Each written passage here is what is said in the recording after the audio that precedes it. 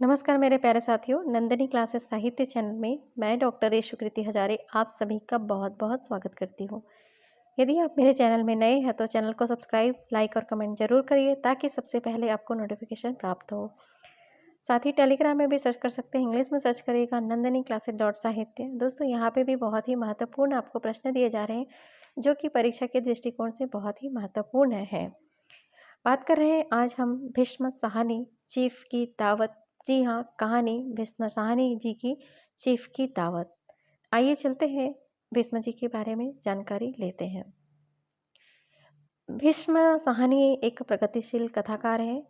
इन्होंने कहानियों के साथ ही उपन्यासों और नाटकों की भी रचना की है।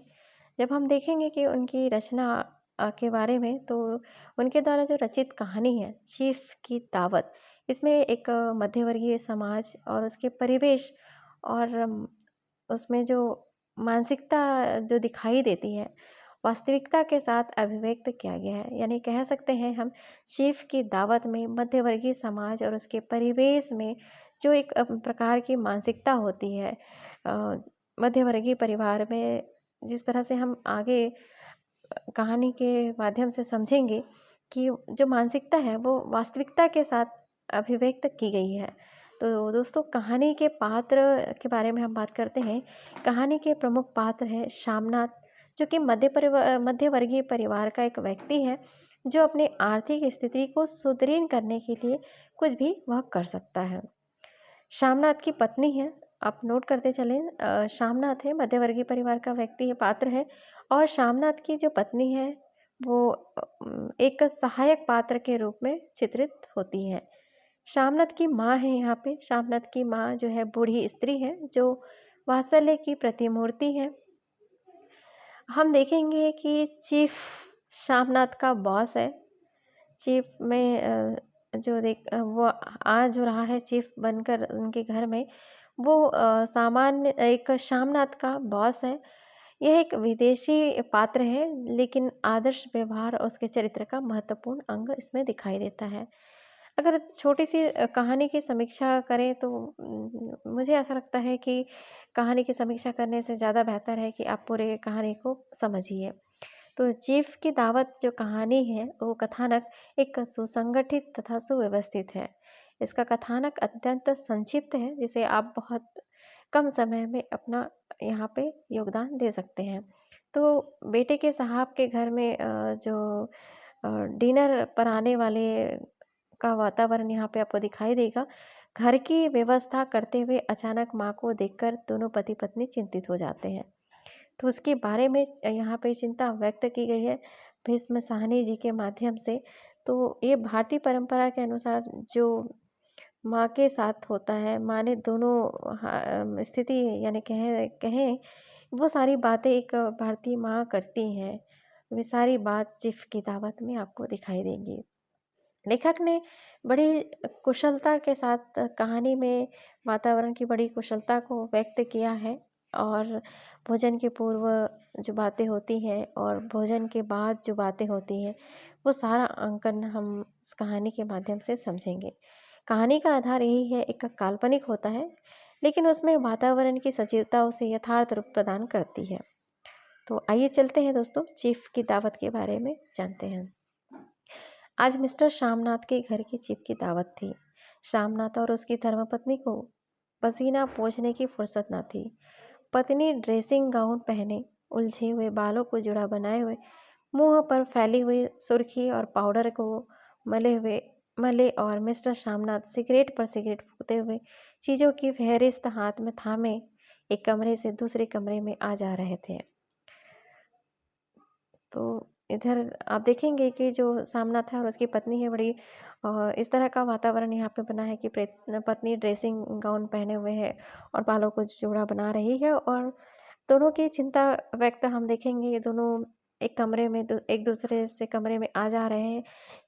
वो सब बातें आप देखेंगे कि आगे किस तरह का वातावरण है। तो कहानी की जो शुरुआत है वो आज मिस्टर शामनाथ के घर की चीफ की दावत थी।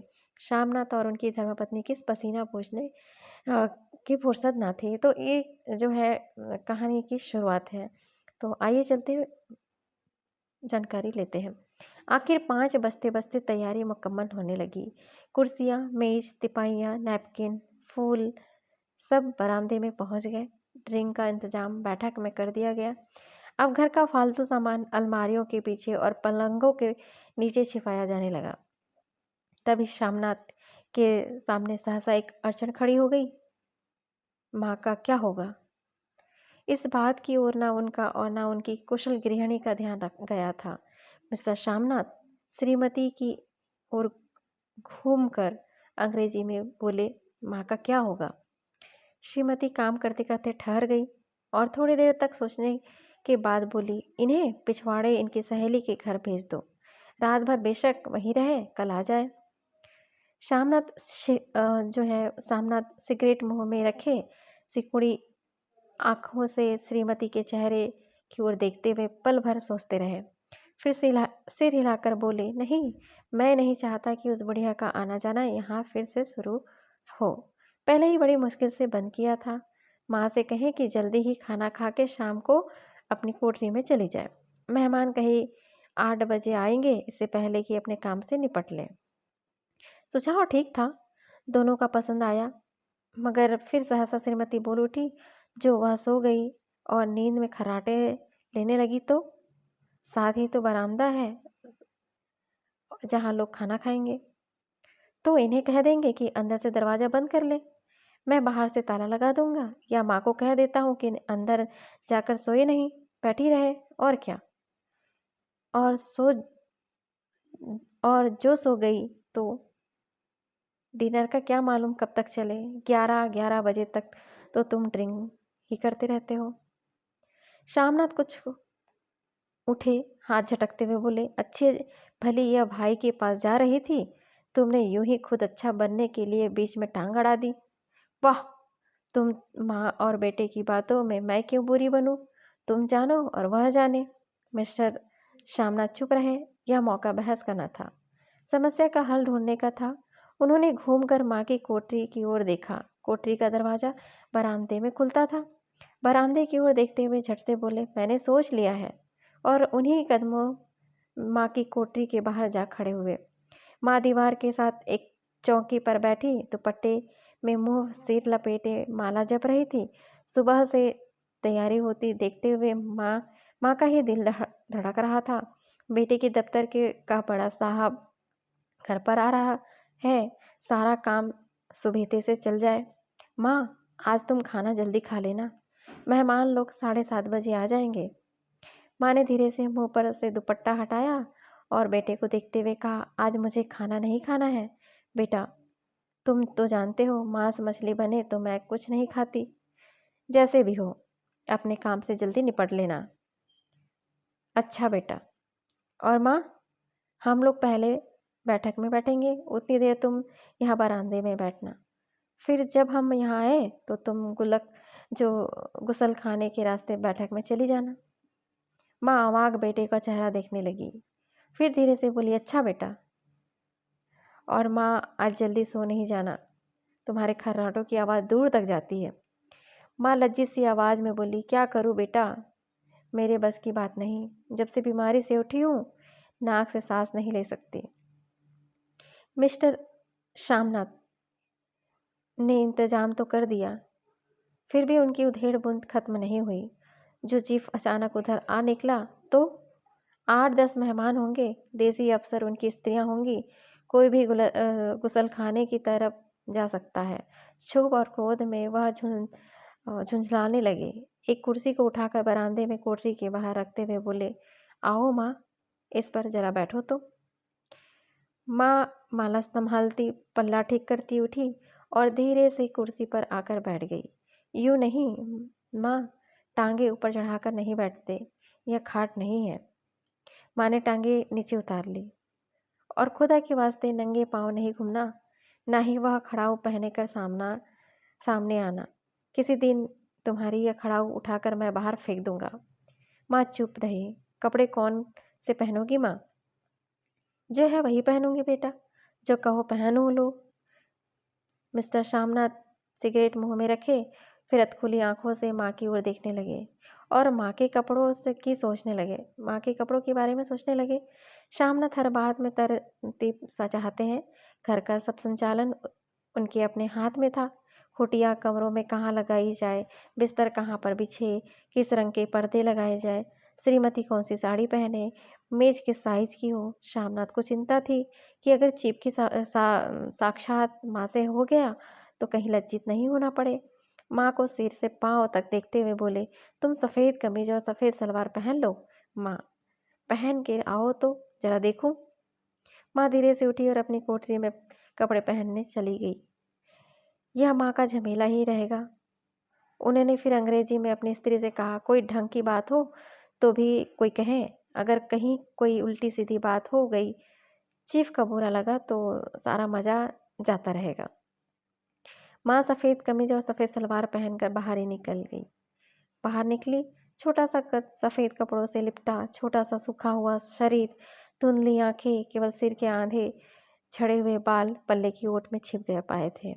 पहले से कुछ ही कम कुरूप नजर आ रही थी। चलो ठीक है, कोई चूड़ियाँ बढ़िया हो तो वह भी पहन लो, कोई हर्ज नहीं। चूड़ियाँ कहाँ से लाऊं बेटा, तुम तो जानते हो सब जेवर तुम्हारी पढ़ाई में बिक गए। यह वाक्य शामनाथ को तीर की तरह लगा। तिनके पर तिनके कर बोले तिनक कर बोले, यह कौन सा राग है छेड़ दिया माँ, सीधा कह दो ना, नहीं है जेवर बस। इससे पढ़ाई वढ़ाई का क्या ताल्लुक है, जो जेवर बिका तो कुछ बनकर ही आया हूँ, नीरा लंडूरा तो नहीं लौट आया। जितना दिया था उससे दोगुना ले लेना। मेरी जीभ जल जाए बेटा, तुमसे जेवर लूंगी, मेरे मुंह से यूं निकल गया, जो होते हैं तो लाख बार पहनती। 5:30 बज चुके थे। अभी मिस्टर श्यामनाथ तो खुद भी नहा धोकर तैयार होना था। श्रीमती कब की अपने कमरे में जा चुकी थी। श्यामनाथ जाते हुए एक बार फिर माँ को हिदायत करते गए, माँ रोज की तरह गुमसुम बन के नहीं बैठी रहना। अगर साहब इधर आए, निकल आए और कुछ बातें पूछे तो ठीक तरह से बात का जवाब देना। मैं न पढ़ी न लिखी बेटा, मैं क्या बात करूँगी। तुम कह देना माँ अनपढ़ है, कुछ जानती समझती नहीं, वही नहीं पूछेगा। 7 बजते बजते माँ का दिल धक धक करने लगा। अगर चिप सामने आ गया और उसने कुछ पूछा तो वह क्या जवाब देगी। अंग्रेजी की तो दूर दूर से ही देख कर घबरा उठती थी। यह तो अमेरिकी है, ना मालूम क्या पूछे, मैं क्या कहूँगी। माँ का जी चाहा कि चुपचाप पिछवाड़े विधवा सहेली के घर चली जाए, मगर बेटे के हुक्म को कैसे टाल सकती थी। चुपचाप कुर्सी पर टांगे लटकाए वहीं बैठी रही। एक कामयाब पार्टी वह है जिसमें ड्रिंक कामयाबी से चल जाए। शामनाथ की पार्टी सफलता के शिखर शिखर चुमने लगी। वार्तालाप उसी रौ में बह रहा था जिस रौ में गिलास भरे जा रहे थे। कहीं कोई रुकावट न थी, कोई अड़चन न थी। साहब को विस्की पसंद आई थी। मेम साहब को पर्दे पसंद आए थे। सोफ़ा कवर का डिज़ाइन पसंद आया था। कमरे की सजावट पसंद आई थी। इससे बढ़कर क्या चाहिए। साहब तो ड्रिंक के दूसरे दौर में ही चुटकुले और कहानियाँ कहने लग गए थे। दफ्तर में जितना रोब रखते थे, यहाँ पर उतने ही दोस्त परवर हो रहे थे। और उनकी काला गाउन पहने, गले में सफ़ेद मोतियों का हार, सेंट और पाउडर की महक से ओत-प्रोत कमरे में बैठी सभी देसी स्त्रियों को आराधना का केंद्र बनी हुई थी। बात बात पर हंसती, बात बात पर सिर हिलाती और शामनाथ की स्त्री से तो ऐसे बातें कर रही थी जैसे उनकी पुरानी सहेली हो। और इसी रो में पीते पिलाते 10:30 बज गए। वक्त गुजरते पता ही न चला। आखिर सब लोग अपने अपनी क्लासों में से आखिरी घुट पीकर खाना खाने के लिए उठे और बैठक से बाहर निकले।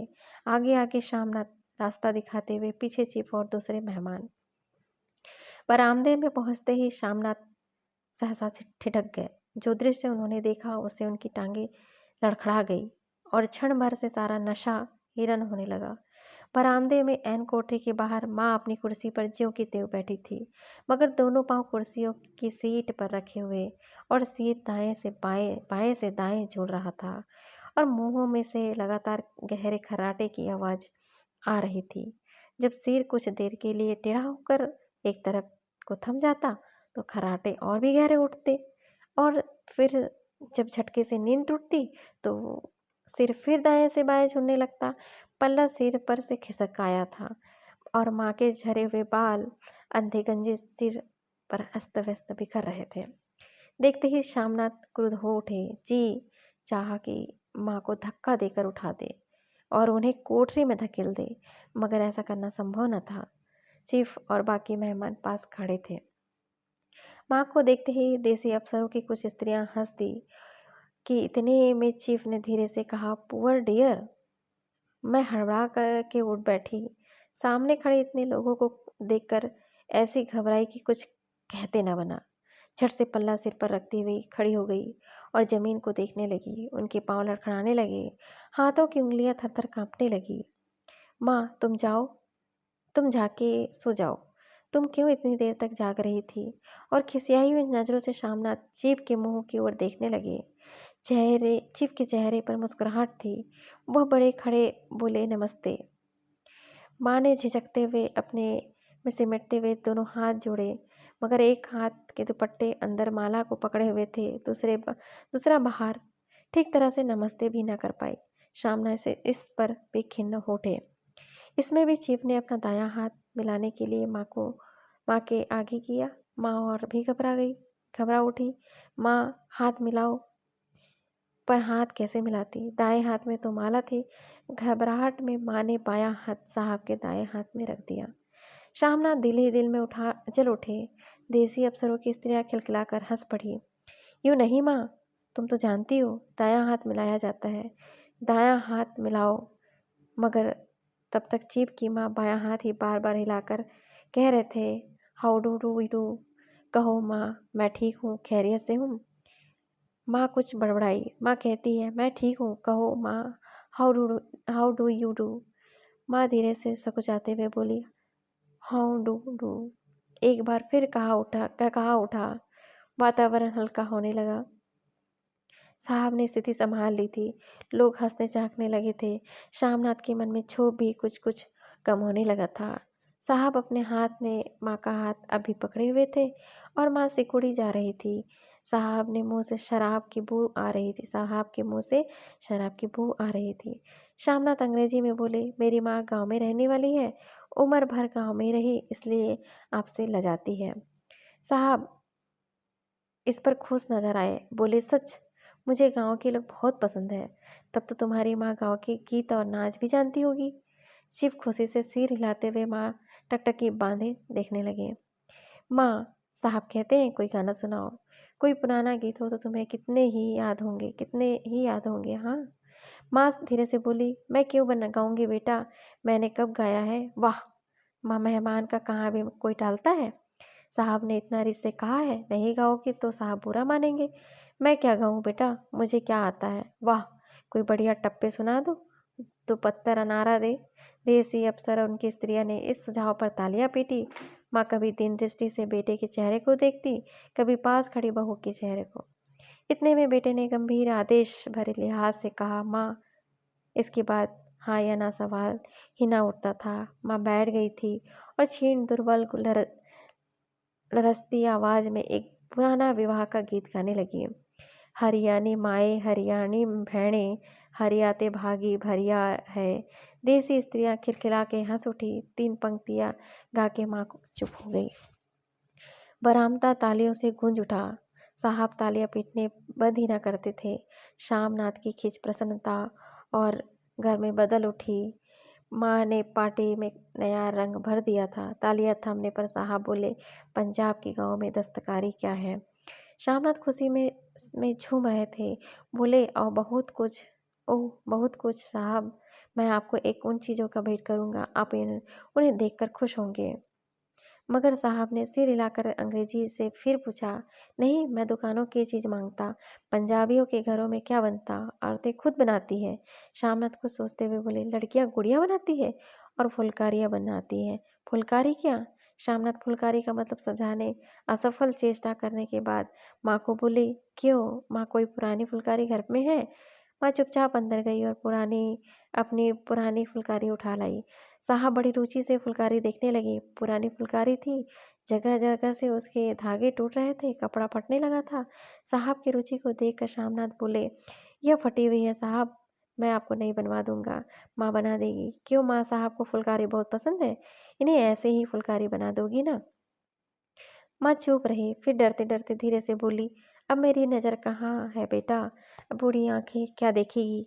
मगर माँ का वाक्य बीच में ही तोड़ते हुए श्यामनाथ साहब से बोले, "वह ज़रूर बना देगी, आप उसे देखकर खुश होंगे।" साहब ने सिर हिलाया, धन्यवाद किया और हल्के-हल्के झूमते हुए खाने की मेज़ की ओर बढ़ गए। बाकी मेहमान भी उनके पीछे-पीछे हो लिए। जब मेहमान बैठे गए, माँ पर उस सबकी आँखें हट गई, तो माँ धीरे से कुर्सी पर से उठी और सबसे नज़रें बचाती हुई अपनी कोठरी में चली गई। मगर कोठरी में बैठने की देर थी कि आँखों में छल छल आँसू बहने लगे। वह दुपट्टे से बार-बार उन्हें पोंछती और बार-बार उमड़ाते, जैसे बरसों के बाद तोड़ पर उमड़ आए हों। माँ ने बहुतेरा दिल को समझाया, हाथ जोड़े भगवान का नाम लिया, बेटे के चिरंजीव होने की प्रार्थना की, बार-बार आँखें बंद की, मगर आँसू बरसात के पानी की तरह जैसे थमने में न रह पाते। आधी रात को वक़्त होगा। मेहमान खाना खाकर एक-एक करके जा चुके थे। माँ दीवार से सटकर बैठी आँखें फाड़े दीवार को देखे जा रही थी। घर के वातावरण में तनाव ढीला पड़ रहा था। मोहल्ले की निस्तब्धता श्यामनाथ के घर पर ही छा चुकी थी। केवल रसोई में प्लेटों के खनखनकने की आवाज़ आ रही थी। तभी सहसा माँ की कोठरी का दरवाज़ा ज़ोर से खटकने लगा। "माँ, दरवाज़ा खोलो।" माँ का दिल बैठ गया, हड़बड़ा कर बैठी। "क्या मुझसे फिर कोई भूल हो गई माँ? कितने देर से आपने आपको कोस रही थी। क्या उन्हें नींद नहीं आ गई? क्यों वह रोने लगी? क्या बेटे ने अभी तक क्षमा नहीं किया?" माँ उठी और काँपते हाथों से दरवाज़ा खोल दिया। दरवाज़ा खुलते ही श्यामनाथ झूमते हुए आगे बढ़ गए। माँ को आलिंगन से भर लिया। "ओ अम्मी, तुमने तो आज रंग ला दिया। साहब तुमसे इतना खुश हुए कि क्या कहूँ। ओ अम्मी, अम्मी।" माँ की छोटी सी काया सिमट कर बेटे के आलिंगन में छिप गई।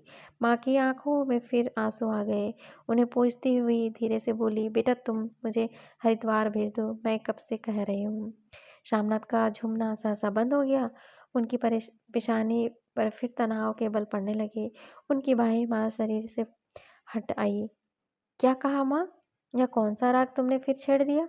श्यामनाथ का क्रोध बढ़ने लगा। बोलते गए, "तुम मुझे बदनाम करना चाहती हो ताकि दुनिया कहे बेटा अपने पास नहीं रह सकता। नहीं बेटा, अब तुम अपनी बहू के साथ जैसा मन चाहे रहो।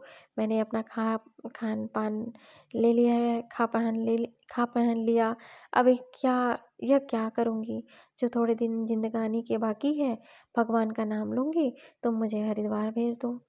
तुम चली जाओगी तो फुलकारी कौन बनाएगा? साहब से तुम्हारे सामने ही फुलकारी देने का इकरार किया है। मेरी आँखें अब नहीं बेटा तुम्हारी फुलकारी बना सकूँ। तुम कहीं और से बनवा लो, बनी बनाई ले लो। माँ, तुम मुझे धोखा देके यूँ चली जाओगी, मेरा बनता काम बिगाड़ोगी। जानती नहीं, साहब खुश होगा तो मुझे तरक्की मिलेगी।" माँ चुप हो गई, फिर बेटे के मुँह की ओर देखते हुए बोली, "क्या तेरा तरक्की होगी? क्या साहब तेरी तरक्की कर देगा? क्या उसने कुछ कहा है?" "कहा नहीं, मगर देखती नहीं कितना खुश गया है। कहता था जब तेरी माँ फुलकारी बनाना शुरू करेगी तो मैं देखने आऊँगा कि कैसे बनाती है। जो साहब खुश हो गया तो मुझे इससे बड़ी नौकरी भी मिल सकती है। मैं बड़ा अफ़सर बन सकता हूँ।" माँ के चेहरे का रंग बदलने लगा। धीरे-धीरे उनकी झुर्रियाँ भरा मुँह खिलने लगा, आँखों से हल्की-हल्की चमक आने लगी। "तो तेरी तरक्की होगी बेटा, तरक्की यूँ ही हो जाएगी। साहब को खुश रखूँगा तो कुछ करना, वरना उसकी खिदमत करने वाले और थोड़े हैं। तो मैं बना दूँगी बेटा, जैसे बन पड़ेगा बना दूँगी।" और माँ दिल ही दिल में फिर बेटे के उज्ज्वल भविष्य की कामनाएँ करने लगी। "मिस्टर श्यामनाथ, अब तो सो जाओ।" माँ फिर कहते हुए तनिक लड़खड़ाते हुए अपने कमरे की ओर घूम गए।